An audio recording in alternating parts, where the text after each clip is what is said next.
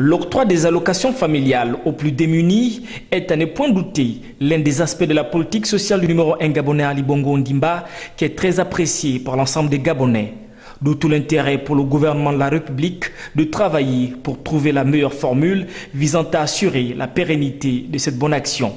À ce jour, le paiement de ces allocations s'effectue suivant un programme qui, malheureusement, suscite plusieurs interrogations. Monsieur le Président nous a habitués à prendre l'argent chaque trimestre.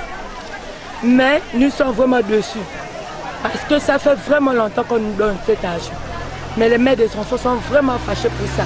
Donc il faudrait qu'ils comprennent que non, nous aussi on en a besoin parce qu'il nous aide toujours. Il doit nous amener le même rythme comme il a commencé le début. Au dire de cette dame, l'on est tenté de croire qu'une frustration due à un manque d'information est présente. Nous prenons en compte province par province. Imaginez-vous qu'en ce moment, la province de l'Est-Uer n'est pas encore payée. Est-ce qu'on peut penser que c'est une interruption?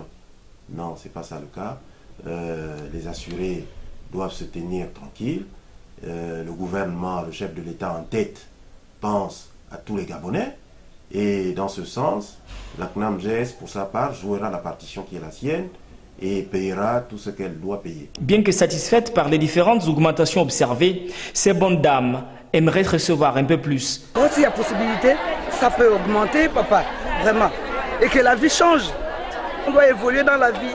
Pour le délégué provincial, cette requête ne saurait laisser indifférent le sommet de l'exécutif gabonais qui est toujours à l'écoute de cette couche de la société. Le président de la République écoutera ce cri d'alarme et sensible qu'il est aux populations gabonaises, pourquoi ne pas y penser?